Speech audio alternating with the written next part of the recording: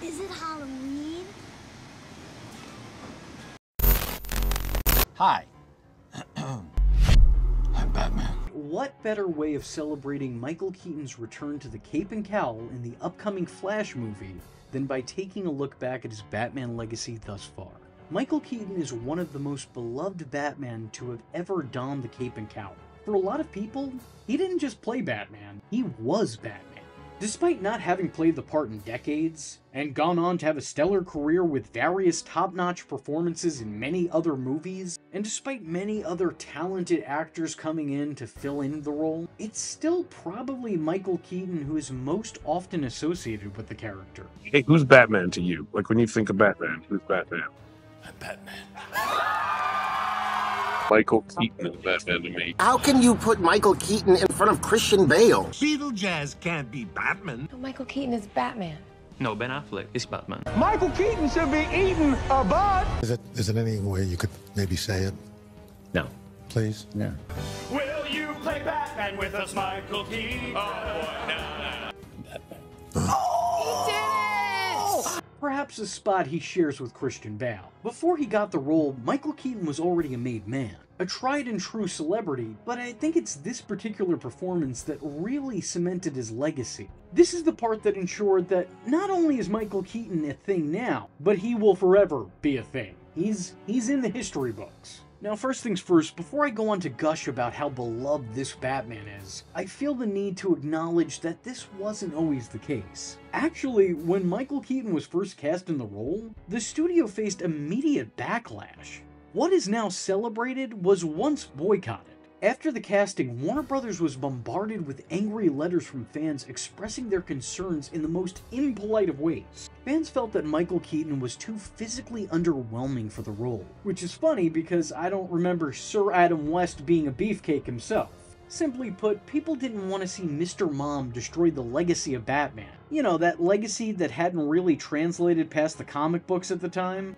I mean, this may be a hot take, but I don't think it really should be. Batman in the general public was pretty much a joke before Michael Keaton put on the cowl, at least in terms of on-screen adaptation.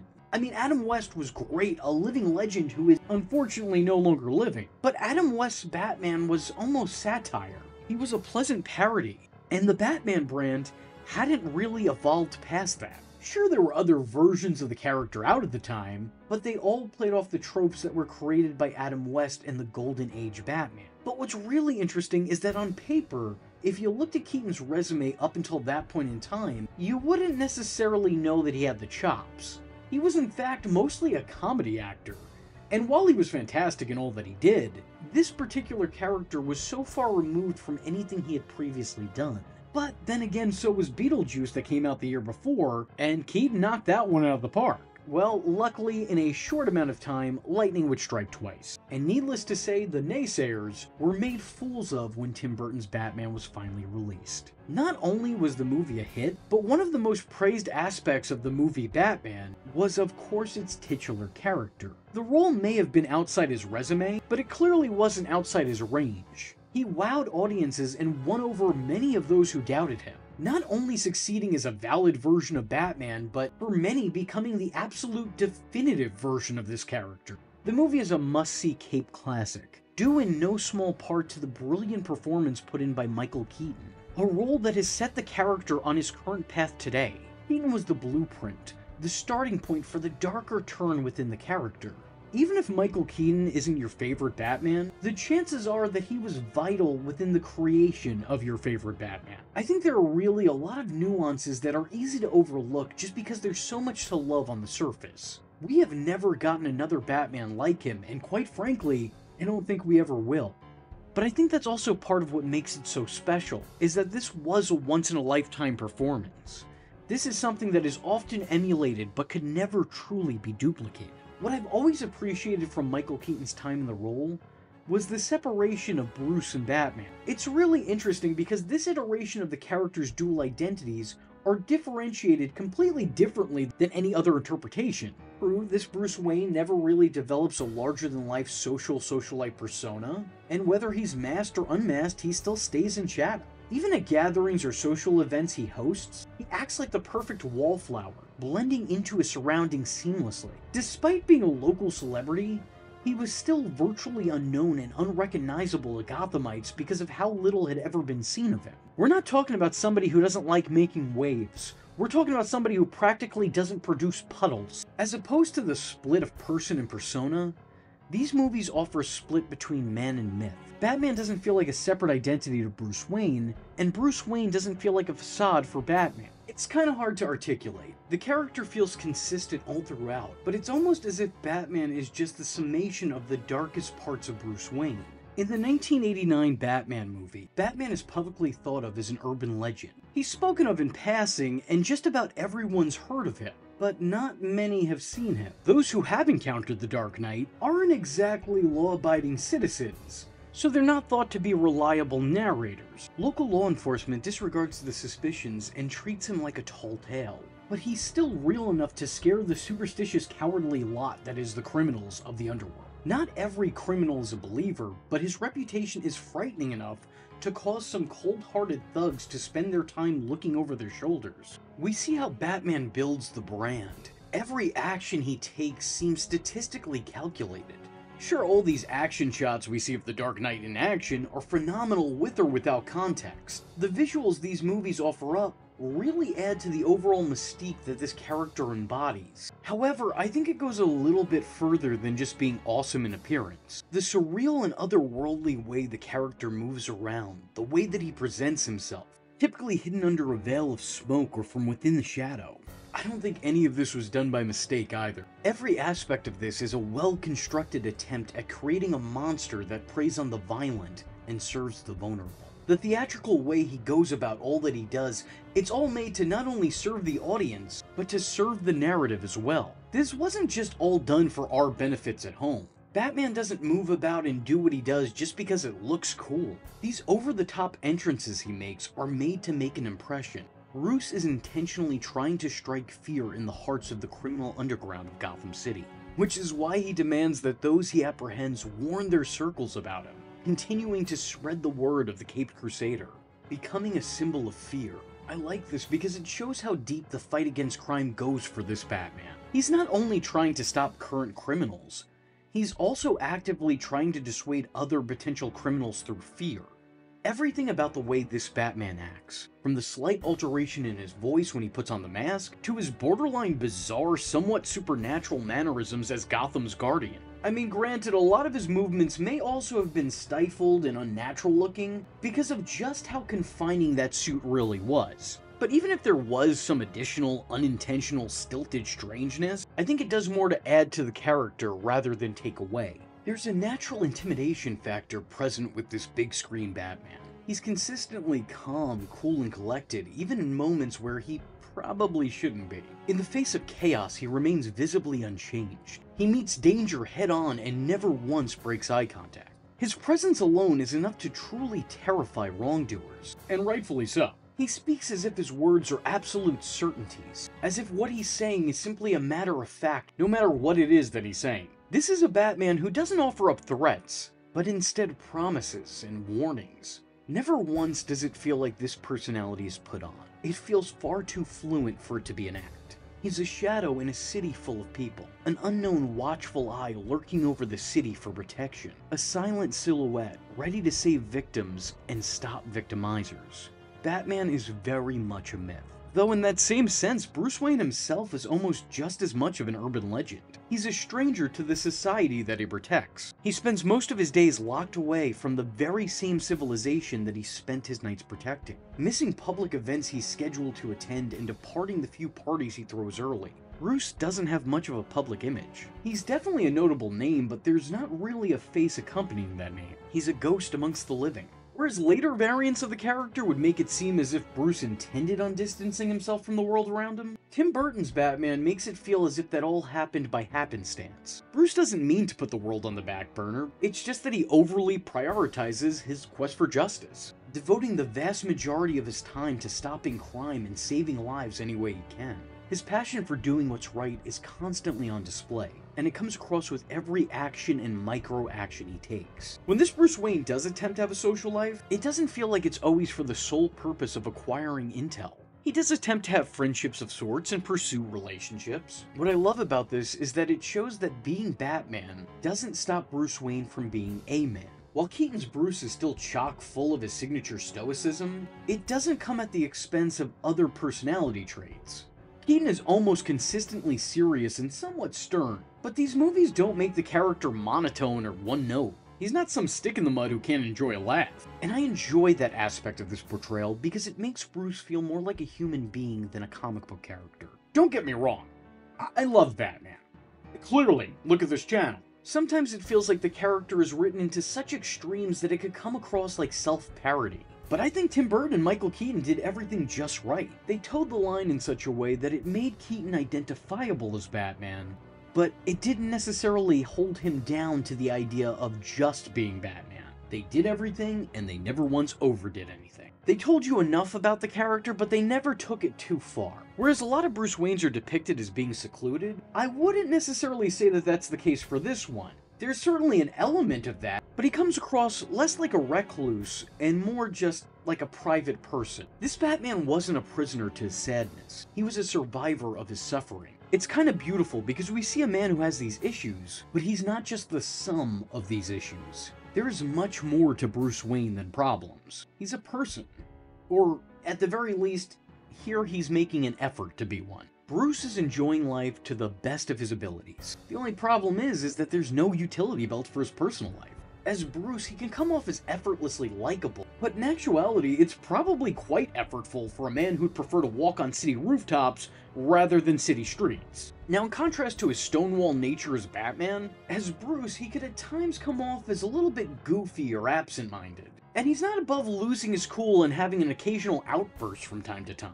And yet, despite how conflicting this may sound, it never feels that way. As a matter of fact, it feels very coherent. He never does anything that feels unwarranted, and all these elements combine to flesh Bruce out and make him feel more like a man than a 2D cartoon character. Christopher Nolan did his best to make the world of Batman feel like the real world in the Dark Knight series, and he did a truly incredible job that deserves to be commended. However, Tim Burton did his best to make Batman feel like a real person living in the world of Batman. And for me, I think that makes for a much stronger iteration. More than anything else, I think Michael Keaton's Bruce Wayne comes off as sincere.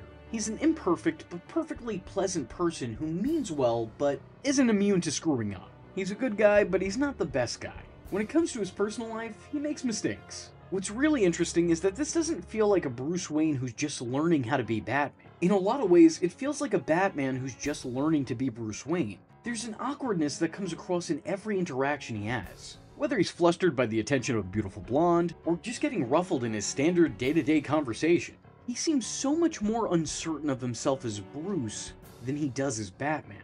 Even when he's concerned, this Batman approaches every situation with the utmost confidence, sometimes to a fault. It's clear that this man's comfort zone lies within the Batcave, and the second that cowl comes off, he's every bit as confused and clueless as everyone else. Michael Keaton did a really good job of making Bruce Wayne feel like an ordinary guy, which is no easy feat. The guy is one of the most iconic vigilantes of all time, and when he's not out fighting crime, he's one of the most famous fictional billionaires of all time. It's incredible how, despite all of that, Michael Keaton and Tim Burton were able to make Bruce Wayne come across as an everyday average Joe. Somehow they managed to make the extraordinary look extraordinary. Michael Keaton managed to make Batman feel larger than life, while making Bruce Wayne feel down to earth. And he did so while managing to make both of these sides feel one and the same. Two sides of the same story, that when put together reveal the whole picture. These movies don't really showcase any extreme dysfunction one side of the character causes the other. I think if anything, more than in any other case, Bruce and Batman function and operate pretty fluidly in this. I mean, yeah, he definitely does hit a couple of speed bumps in his relationships, usually brought on by his nighttime extracurricular activities, but even then so, it doesn't feel like it takes that much of a toll on that aspect of his life. The endless hours, the sleepless nights, and a never-ending mission for an ultimately unattainable goal are probably bigger downsides, drawbacks, and obstacles of his chosen career path. The trauma from witnessing his parents' demise at such an early age clearly has taken a toll on his development. It's a sore subject that he doesn't really bring up, but constantly reflects on. Rereading old newspaper clippings from the event, leaving roses in the alley in which they died. Those parents aren't often spoken of, they're silently impactful in a couple of different ways. Bruce seems forever changed and unwell. He's not on the verge of psychosis or anything, but it's evident that he still doesn't have all his issues worked out. Clearly, judging by where he spends his nights. Which is why he's so often caught in a 1,000-yard stare. It almost seems like he's stuck in a state of shock that he never fully recovered from. He's not continually shut off, but he's consistently stuck in neutral. This Bruce Wayne may be psychologically damaged, but he also exists outside of his own mental torture. When he's not deep in thought or lost in his own misery, this Bruce Wayne could be cunning and clever, an intellectual competitor to business tycoons and crazed clowns alike. He could also come off as charming to many of the women in his life, though often that's not really by design. What is very evident, however, is that this Bruce Wayne is a good guy, something that's clear even from afar. He barely has a public presence to speak of, and yet all of it's wrapped up in goodwill, a far cry from the public persona a lot of us are used to now. I spoke earlier about the problems a lot of people seem to have with his physical appearance, thinking that he wasn't threatening looking enough to portray Batman, but I think that's actually more of a positive than it is a negative. He looks completely unsuspecting. An unidentifiable, everyday guy. And I think that's sort of perfect for a secret identity. If he doesn't look like he could be Batman without the mask on, then good, because no one's supposed to know that he's Batman when he doesn't have the mask on. This is a good thing, not a bad thing. I see this as an absolute win. As always, Bruce Wayne is Mr. No Days Off. He's so consumed with working and looking after others that it's easy for him to forget to look after himself. You really get the feeling that Alfred is an absolute necessity in Bruce's life, as he mindlessly goes about his mission day in and day out. While Batman tends to Gotham, it's Alfred that tends to Batman. It goes beyond just doing his job. He clearly cares for Bruce, and he takes care of Bruce more than Bruce cares for or takes care of himself. I think this Alfred really serves as what grounds this Batman to reality. Without Alfred's constant interference and subtle guidance, I really think this Bruce would go off the deep end. He clearly wouldn't look after himself the way that he should, and would probably be far less inclined to engage with the general public. When left to his own devices, Bruce neglects his basic needs. These movies paint a picture that Alfred is sort of this unseen pillar that keeps Wayne Manor intact. Make no mistake, despite the quest for justice and a request for normality, there is nothing that isn't abnormal about this Batman's life. Case in point would probably be the general dysfunction of this Batman's love life. In Batman 89, we see Bruce and Vicky Vale try to make things work. Despite their obvious feelings for each other, Bruce's need for privacy pushes Vicky away. When he finally comes clean and tells her the truth, she has a better understanding of the situation, but ultimately, it just doesn't work out. Bruce's double life scares her, and his honesty about his secret life provides very little comfort. It almost feels like this relationship was doomed from the start. Vicky was just too different. She was too, well, for lack of a better word, normal. She was white picket fences, and he was a dark and gothic castle. Not exactly a winning combination. When he does finally meet someone on the same spectrum as him, it's Lena Kyle, an equally damaged individual with dueling identities, a costume counterpart just as wrapped up in chaos. If Vicky and Bruce's relationship failed because the two were too different, then this one failed because the two were very much the same. I mean, sure, yeah, they had conflicting moral compasses, but they were both two headstrong people with very large personalities created by traumatic events. It's almost as if that's what drew them to each other. They subconsciously sensed it. The two actors had an absolutely incredible amount of chemistry that has never truly been duplicated. I can understand people who say this isn't their Batman, and I can understand people who say this isn't their Catwoman, but I can absolutely not understand people who say this isn't their Batman and Catwoman. As far as I'm concerned, this is without question the definitive pairing of the two. It has never been this good before, and it will never be this good again. They were instantly iconic. I have a lot more to say about this pairing, but perhaps that's better saved for a Michelle Pfeiffer Catwoman video in the future. I think a lot of what works with the duality of this character has to do with presentation and perception. One of the greatest elements of the first film was how it showcased Batman and Bruce Wayne, letting the audience get to know Bruce Wayne as they were slowly figuring out Batman.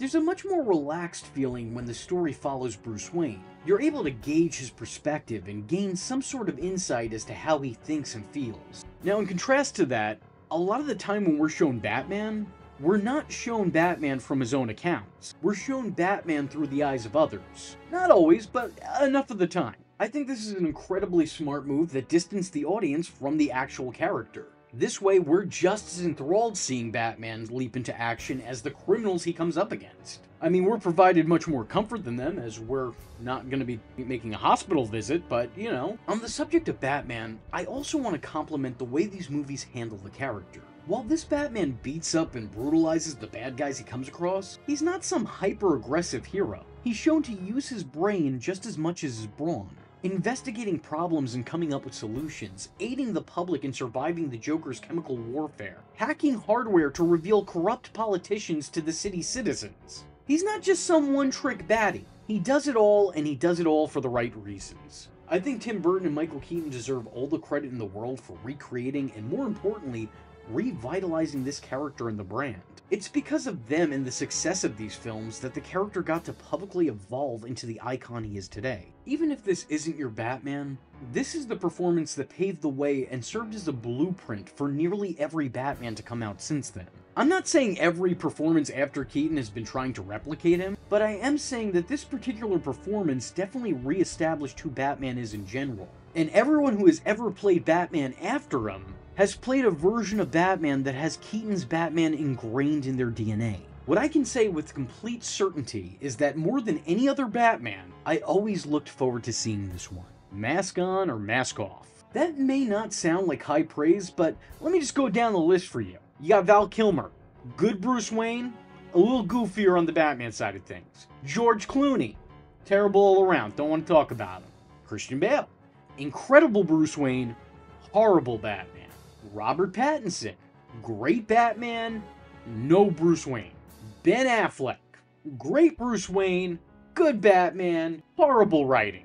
Michael Keaton, all around great. However, while this may very well be peak Batman, this Batman is not perfect by any means, because as I've said before, Batman doesn't kill. Now, I will give some leeway. I think that an exception to the rule could be valid. If you put Batman in a certain situation where he's pressed for time and stuck in a no-win situation, other lives are at stake, I do think that Batman would reluctantly take a life to save millions of others, yes. However, this Batman killed these thugs with no hesitation even when he wasn't in a race against the clock.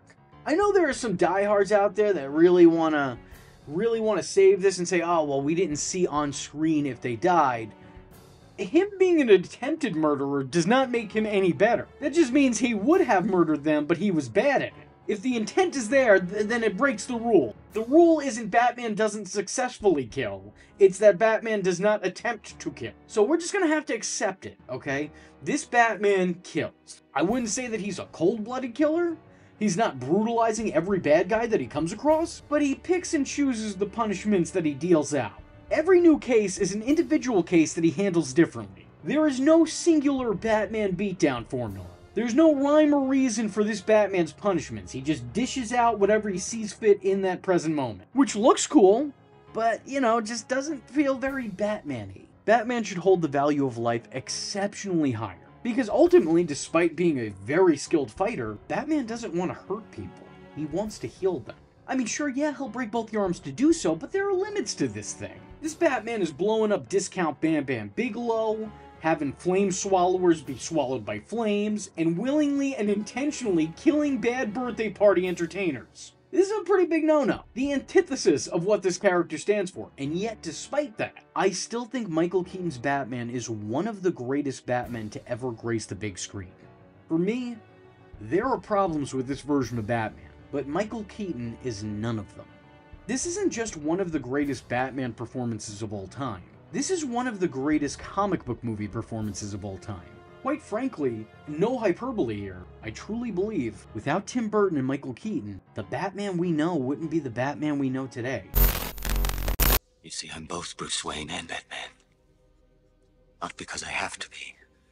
No, because I choose to be. I'm here to talk to you about the most underappreciated and underrated Batman of all time. For one reason or another, he's kinda like the forgotten Batman.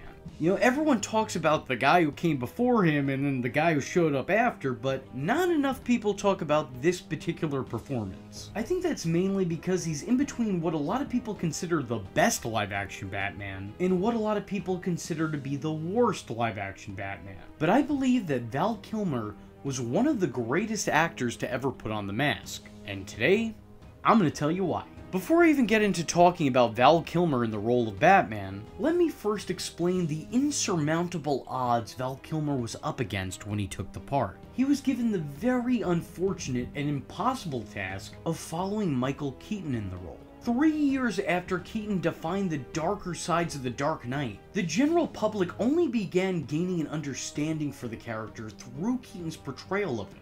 So fans were more than just a little bit apprehensive about this new guy stepping into the cowl and taking over the role, regardless of how talented he might be. Personally, I don't think fans at the time were ever going to be happy with anyone else besides Mr. Mom. For so many fans, he was Batman, and anything else just paled in comparison. Michael Keaton was Batman, and everyone else was just a cheap knockoff.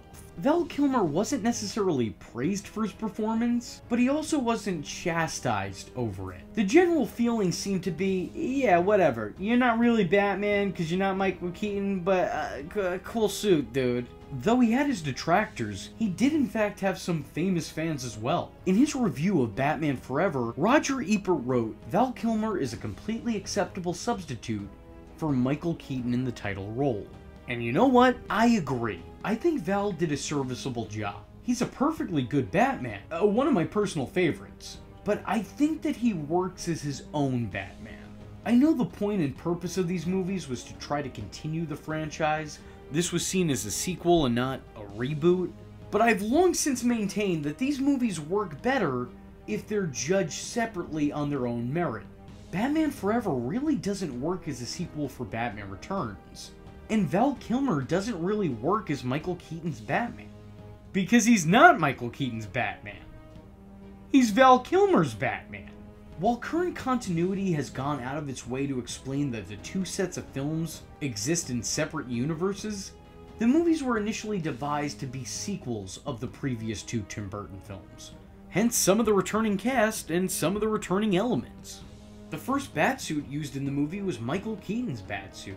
Just now with the added benefit of plastic abs and rubber nipples.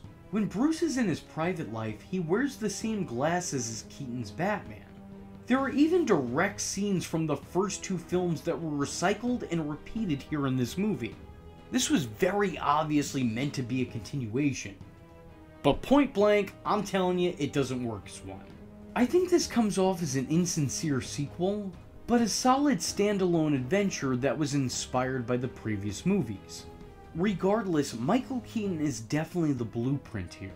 But Val Kilmer is building on that and doing his own thing with the foundation.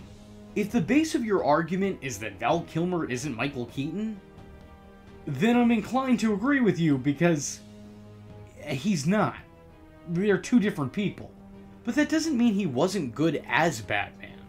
Unlike his predecessor and his successor, it seems like Val does try to create a distinction between Batman and Bruce Wayne. I mean, it's not as grand or as night and day as Christian Bale's dual identities, but it's there. Like a much more famous Batman, this one also speaks with a rasp. Although it's significantly toned down and much more minor than, the parody that came out in 2008. There's some distinction between masked and unmasked. Fully interactive holographs. Only a high-frequency carrier wave beamed directly into the brain could create such images. Agreed. A trauma powerful enough to create an alternate personality leaves the victim. In a world where normal rules of right and wrong no longer apply. Exactly. Where will you go? The circus must be halfway to Metropolis by now. If Bruce Wayne could have given his life for your family, he would have. What the hell did you think you were doing? I understand. And it's done with purpose, as the dual identity of this character is actually a very important plot point for this particular story. It's kind of used to create a little bit of a comparison. Both Batman and Bruce Wayne and Harvey Dent and Two-Face are one person divided. But what differentiates these two characters outside of which side of the moral compass they fall on is that Harvey is compelled to be two different people. while Bruce Wayne chooses to be. A fact that Edward Nygma can't fully get his head around, and thus can't find a way to beat him. His parents' murder also plays a part in the movie as well, and while that is an important plot point that feels like it's overdone and tiresome with how many times audiences have come to see it at this point, at least here it's used for something other than just reminding the audience why Bruce Wayne is Batman. It's used to create another comparison between Bruce and Robin.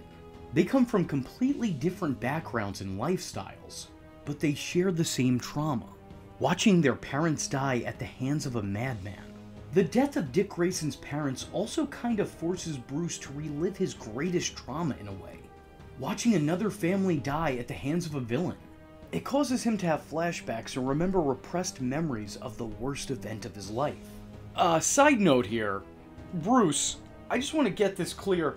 You remembered your parents being murdered perfectly. Like, you remember the pearls flying, the bloodshed, their corpses on the ground. You remember all of that from the first movie, but you repressed going to their funeral? That was the traumatic experience for you? Okay. I kid. Bruce Wayne is really the glue that binds Batman Forever together. All of the characters are related to him in some form or fashion. Those parallels in his life inform him of those he shares a screen with.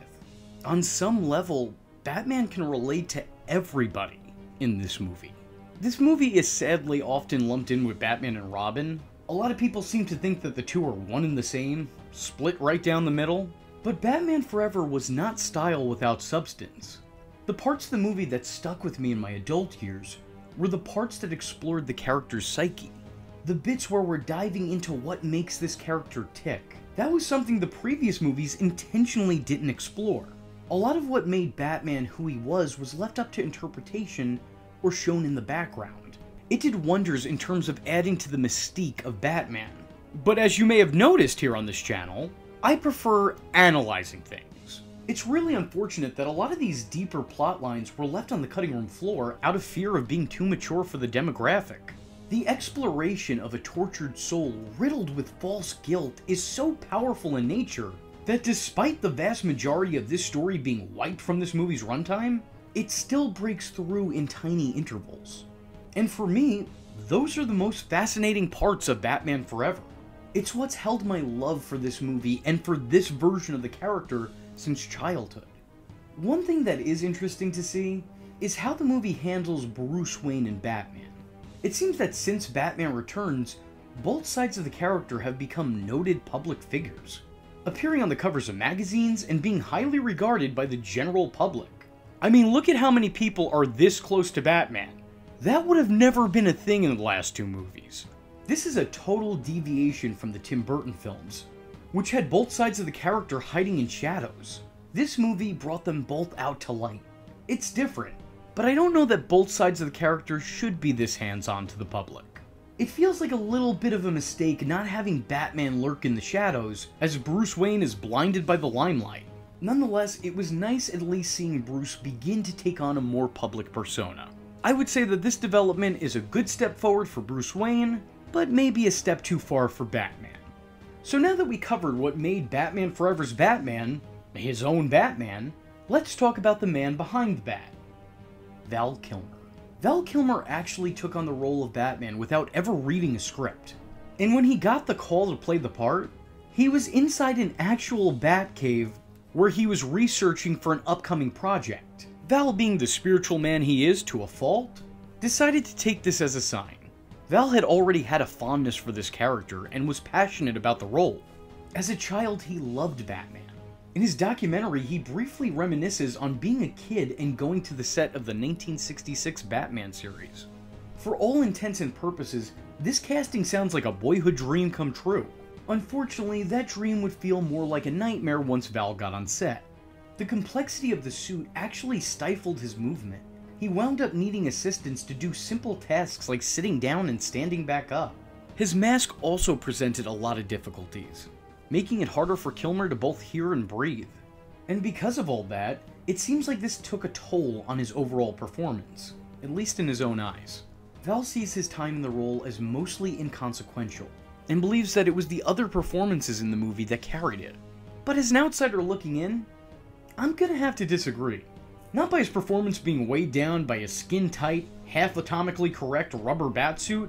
I'm sure that was a struggle and a half, and, you know, maybe if he didn't have to wear all that, he probably would have been better. But I do think that he got a solid performance out of the role in spite of everything that was working against him. Maybe it wasn't the outcome he'd hoped for, maybe it wasn't the best that he could do, but I think it's passable to say the very least. While his time in the role was unfortunately brief, I do believe it was more than just a little bit noteworthy. Bob Kane even said that Val Kilmer was the closest to the actual Batman vision. And you could trust Bob Kane because he was in the room when Bill Finger was making the character. Some people have claimed that Val Kilmer was a little bit too wooden in the role. But the man was wearing a suit that was 142 degrees and didn't allow him to move around in any type of normal fashion. That's undoubtedly going to take a toll on the end product.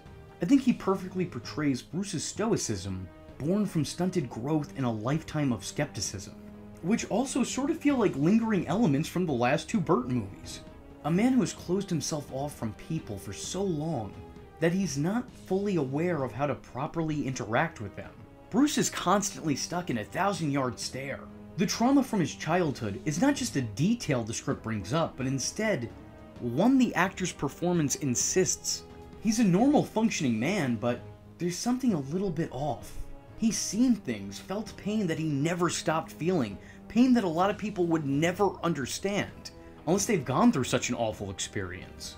I don't want to sound too pretentious when talking about Batman Forever of all things, but both Keaton and Kilmer's versions of the characters showcase this level of silent pain. So I think there's a lot more depth to this Batman than meets the eye. What some people have called cardboard, I call a three-dimensional person. And look, Batman for better or worse is a very stoic character. A lot of the time he could come off as monotone.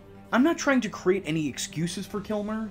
This is me saying this is better than it probably had any right given all that he was up against. When you take into account all the outside forces that may have somewhat handicapped his overall performance, yeah, this is a pretty good performance. Of course it's not the picture-perfect portrayal. I never need to see, nor did I ever want to see Batman give a big goofy smile after he's just been kissed. It's a little bit too dumb for my liking. Or having the movie start off with Batman giving this quip. Can I persuade you to take a sandwich with you, sir? I'll get drive-through. I could totally see somebody from the studio chiming in going, look guys, we gotta put this in here. These McDonald's glasses aren't gonna sell themselves. And at times, some of Batman's wording does feel off. I can't ever in any context see Batman saying the word chicks. It's the car, right? Chicks love the car. It doesn't suit him. Robin, sure. I want a car. Chicks dig the car. This is why Superman works alone. But him? No. Don't even get me started with how Val Kilmer randomly defaults to the hands on the hips heroic pose. I mean, if he was playing Superman, maybe this would be a little bit more acceptable, but I'm not crazy about that here for Batman. The hero pose doesn't really work for the hero who wouldn't pose. Upon re-examining the film for the millionth time, this time with the sole intention of focusing on every little action and micro-action under a magnifying glass, ultimately I think Val Kilmer is a pretty good Bruce Wayne and a pretty okay Batman. I still believe that he's undoubtedly the most underrated Batman. The guy was asked to recapture lightning in a bottle, trying to fill in Michael Keaton's bat shoes, which was an unfair ask of any actor, no matter how talented. As a continuation on the role that Michael Keaton originated, this has to be seen as a failure. But I feel like if it's judged as its own separate performance in its own one-off Batman movie, people would probably be a lot more favorable. It's very obvious in Val's performance that this movie was always meant to serve as a sequel to Batman Returns. Unfortunately, a sequel to Batman Returns, sans Tim Burton and Michael Keaton, was never gonna please anybody. The character's written the same, so Val performs the character as Keaton did to a degree. And credit to him for being able to somewhat come across as the same character, despite looking and sounding nothing like his predecessor. But even more credit to him that he was able to look like an evolution of that character, allowing Val to kind of put his own spin on Bruce Wayne. You see, he's still the same awkward loner who lives in shadows both literally and metaphorically, but here he's also allowed to be charming. He still doesn't always pick up on or intentionally ignore social cues, but he's not made to look good in those moments that he does that here. If anything, they're highlights as flaws of his character. Val Kilmer's Batman, more than anything else, is a man. A man with faults and flaws, and I think the same could be said for his overall performance. There's definitely some bad here, but there's also plenty of good. And I personally feel like there's a lot more to love than there is to hate. More than anything else, I feel like Val Kilmer desperately tried to flesh out the character and humanize him. And to some degree, he was successful. For his short spell in the suit, Val Kilmer will always be one of my all-time favorite Batmen. There's a minute there that you go, well, do I want to be the third Batman in the fourth Batman picture? The other three were very successful, and the only thing you can do is screw it up. Everybody's least favorite Batman, George Clooney. The man who is largely regarded as the worst ever live-action Batman. But then again, I would think it'd be hard to be a good Batman when you're in the worst Batman movie. The truth of the matter is that by time Clooney was cast, no one really cared about Batman. At least not anybody in the studio. The character was nothing more than a prop to sell toys, a means to make money, a mascot. And yeah, sure, you can make an argument that pretty much that's what the business is, but at least before there was something genuine and meaningful to his previous presence. There is nothing heartfelt about this iteration of Batman. He looks, acts, and sounds nothing like either one of his predecessors. And even worse off is that he looks, acts, and sounds nothing like Batman. The character barely resembles the character that we know outside of name and costume. Everything that made this character not just iconic, but interesting and unique, were left on the cutting room floor. And I'm gonna be honest, I don't usually blame actors for this type of thing, but in watching some of the behind the scenes footage, and seeing some interviews with George Clooney, it actually seems like he's somewhat to blame. Some pages originally written that had him, dealing with his parents being dead. And I said, I don't think anybody is going to feel sorry for and listen to a guy going, woe is me, my parents died when I was 4. He's a 35-year-old guy who lives in a giant mansion and has billions of dollars and goes out with the most beautiful women in the world and has the coolest toys and is Batman. He didn't want to betray a brooding Batman because he felt that nobody would feel sorry for him. Not realizing that this was a defining personality trait for the character, and not just a lame means of sympathy from an audience. The problem is that Batman is broody. I mean, that guy hasn't been happy since the 60s. That's just not who he is. He's not one to stop and smile. Believe me, the Joker has been barking up that tree for decades now, and got nothing. Well, except for that one time. Although, make no mistake, I don't think George Clooney is alone to blame for any of this, not by a long shot. Take a major conversational detour. The original cut of Batman Forever was rumored to be 3 hours long. It still had all those cartoonish elements that you've seen in the final cut of the film, but it was originally meant to better balance them with the darker components of the Tim Burton films. A full hour was eventually cut from the movie, taking away anything that the studio felt was too dark or too mature for a younger audience, as during the time they were afraid of another Batman Returns backlash. Most of what was cut was entire plot surrounding the duality of Bruce Wayne and Batman, exploring the depth of the character and what it means to be Batman. Warner Brothers felt that it was too grown up for the audience they were trying to appeal to, and nixed this entire plot point from the film. And who can blame them? Good filmmaking, what's that? We gotta sell McDonald's mugs, goddammit! Not that I'm complaining, mind you, of course, because those mugs are quite delightful. I still own the full set. Now you may think to yourself, V, are you already going senile at such a young, tender age? You're talking about Batman Forever in a Batman and Robin video. My point here is that Joel Schumacher knew going into this movie that the tortured psyche thing just wasn't gonna cut it with studios. They weren't interested in showcasing that aspect of the character. So instead of giving the audience a Batman with depth and internal struggles, they just gave us a guy in a mask. More than any Batman that came before him, or like any Batman that came after him, George Clooney personifies guy in suit. Because he never feels like a real hero, he feels like a guy in cosplay. Like, I'm sure this man has won a Comic-Con contest in his day, no doubt. But roaming the streets as Gotham's greatest protector? Yeah, I don't know. I'm not buying it. I don't really get that vibe from this guy. But what's really bizarre for me, though, is that they replaced Batman's alleged broodiness with blatant blandness. Point blank, Batman is boring in this. Like, really boring in this. This is such a nothing performance, because there's almost nothing to say about it. George Clooney sleepwalks his way through each and every scene that he's in. And whenever it looks like he's attempting to emulate emotion, for some reason he turns into a bobblehead. I don't know why this happens. I can only imagine that George Clooney must have been short-circuiting that day, which would not surprise me given his robotic portrayal of Bruce Wayne. It feels like there wasn't even an attempt made here. It doesn't feel like he was actually working when he was on set. He was just there for attendance purposes. Every line he delivers feels like it's the first time that he's reading it. And when I say that he delivers every line like he's just reading it, I don't mean like he had the script, read it over once, and then they started rolling. I mean it's as if he's reading it off cue cards held up by Joel Schumacher off camera. And to make matters even worse, he reads out loud like the kid in class you don't want to get called on. Look, I'm not an actor, but this movie makes me think that George Clooney isn't one either. I don't buy a single thing this guy says, and I wouldn't pay him to be Batman. I know that sounds harsh, but this was such a monumental fumble. And what really gets me is that George Clooney isn't a bad actor. He's actually quite talented. He's had some fantastic performances both before and after this movie came out. We're talking about a multiple-time Oscar and Golden Globe winner, a Primetime Emmy nominee, a BAFTA Film Award owner.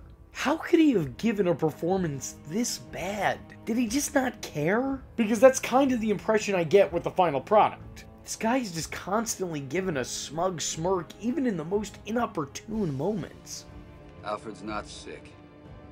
He's dying. Dying? I can't believe it. I know. Like, what the hell, dude? That shouldn't be something you're celebrating. I get that you're George Clooney and the schmug shtick is kind of your thing, but you're not playing George Clooney. You're playing Batman. Be Batman. To be fair, I think that George Clooney would make for an excellent Bruce Wayne. Not Bruce Wayne the person, but Bruce Wayne the persona. I totally buy into this guy being an eligible playboy. Mainly because in real life, that's what George Clooney was. And I think that really works in the few scenes where we see George Clooney as Bruce Wayne public figure. I actually think that that's a part of the character that he pulls off better than Kilmer or Keaton. I know saying Clooney did anything better than those two is probably total blasphemy, but in this one instance, I stand by that statement. He's charming and easily likable, and yet he still has that silent hint of arrogant jerk, which I think is kind of perfect for persona Bruce Wayne. Although in reflecting, I don't think this was done by design. As I alluded to before, George Clooney is playing George Clooney in all of the movie, and George Clooney's real-life public image wasn't all that different from Bruce Wayne. So it's really just one of these instances where a part of the character lined up with a part of the person. Not really a creative choice or decision. Unfortunately, the one potential strength that could come from this performance isn't really all that utilized. And quite frankly, Batman and Robin really isn't the right movie to try to utilize that aspect of the character. You know, having Christian Bale's Bruce Wayne rendezvous on the town while Poison Ivy and her plant monsters are taking over a neon-lit night city probably would come off as a little bit laughable. Since this is the Joel Schumacher Tim Burton line of films, there really isn't a separation of Batman and Bruce. And because it's George Clooney in that role, there's also no separation of Bat, Bruce, or George. There's no separations of the character or the actor who is playing him. No differentiating sides whatsoever. It's just the same all throughout. Because of this, he never really comes off as the character. I don't really see him as Bruce Wayne, and I don't really see him as Batman. I just see him for the guy that was poorly chosen to play that character. I think what's most telling is that Batman barely even feels like a fixture in his own movie. And not that that's the only time that that's ever happened in a Batman movie, it is still probably the most unjustifiable time that has ever happened in a Batman movie. I mean, other times it was almost understandable. But like I said, Arnold Schwarzenegger isn't going to be winning an Oscar for his time in the role anytime soon. I don't know, Batman taking a backseat to 3 of the goofiest villains ever brought to the big screen just doesn't seem like a good look. If anything, it's a sad indication of how little he matters at this point. I think when you're talking about Keaton to Kilmer, there are some comparisons to be made between those two performances. And despite this still being meant to be the same line of films, I don't think that you can attempt to do that here, just because of how sad a comparison that would be to try to make. I mean, think of their opening scenes alone. The first time we ever saw this character in this alleged canon was in this iconic scene with this iconic quote. What are you? I'm Batman. That was the first introduction we got of Batman. The first introduction we get to the character in the last movie is this. Hi, Freeze. I'm Batman. This may just be the biggest downgrade I've ever seen in my life. Look at how these two scenes are similar, but still completely different. In both, Batman is introducing himself to a criminal in the opening of the movie. But in one, Batman is a dark, mysterious, heroic figure who is offering his name up as a threat. And in the other, Batman is casually saying hello before sliding down a dinosaur tail like he's Fred Flintstone. Like, it's so nonchalant that he might as well have just handed him a business card. There is next to no redeeming factors to this performance. There is nothing to this performance. Batman feels like a filler character in his own movie. And George Clooney feels like a filler actor for the character. Like, what were they even casting for? Were they just looking for a chin? They just put him in the suit and then went, that'll do it. The movie almost managed to get absolutely everything wrong about the character. Almost. There is one thing I want to note. The writing for the character in the movie isn't always awful. I mean, it's mostly awful, as we've covered before. It's pretty awful, but there's surprisingly instances of the character we know desperately trying to break through this bad movie and bland characterization. The way Batman handles Mr. Freeze is surprisingly perfect. Knowing the serious threat that he is and the danger he could cause and has caused, Batman still meets Freeze with compassion and empathy. After defeating him, he doesn't take the time to gloat or carelessly apprehend him. He comforts him. Batman reassures Mr. Freeze of his wife's safety and encourages him to both continue his research and choose a better path in life. And I think that's kind of amazing. It's a beautiful moment that really shows Batman's compassion and showcases the character's silent love for humanity. It's kinda sad that such a moment is wasted in a movie like this. I think it stands out as the one thing this movie really did right. The one thing that they really did right by the character. And I think it deserves credit for that. It may have screwed up a whole lot, but it didn't screw all the way up. I think what really stands out about this is that this is something that this movie got right that the other movies didn't manage to. I mean, just look at Batman's history with the villains in the other films. He's responsible for at least one death per movie. Kills the Joker at the end of the first one, kills the Penguin in the second one, kills Two-Face in the third one. I don't care if you say that he just let him die, he enforced his death. So yeah, this is the way that I think Batman would handle this kind of situation. Now granted, it doesn't make up for everything else. This moment is mostly lost in the hilarity of the awfulness that is Batman and Robin, and I understand why. But it's also because of that hilarity and awfulness that this moment stands out that much more to me. I think it's a real touching moment that showcases Batman's humanity in a way that wasn't spotlighted in the previous Batman performances. Nonetheless, George Clooney has definitely earned his spot as the worst Batman of all time. No one is disputing that. Certainly not me. He was bad, and it was partially his fault. However, the one good thing to really come out of his time in the role is his sense of humor about his time in the role. I'm glad he's had a successful enough career that he can look back and joke on what ultimately almost ended that career. But, you know, I thought at the time this was going to be a very good career move. It wasn't. Since my Batman, I was disinvited from Comic-Con for 20 years. I wasn't a very good Batman. I'm the first one to say it. I screwed it up so badly, I'm not allowed to weigh in on any of those subject matters anymore. Didn't you apologize to the crowd at Comic-Con for Batman and Robin? I always apologize for Batman. I did have great nipples.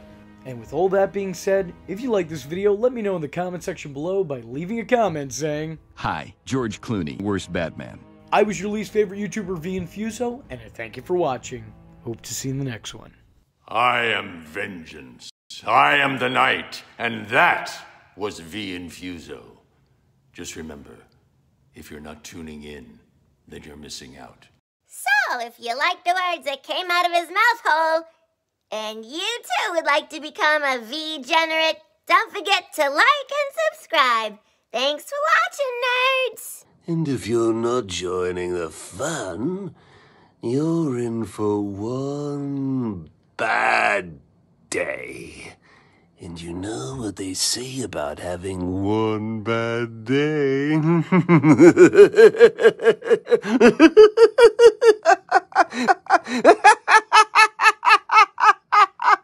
Catch him next time. Same bat time. Same bat channel.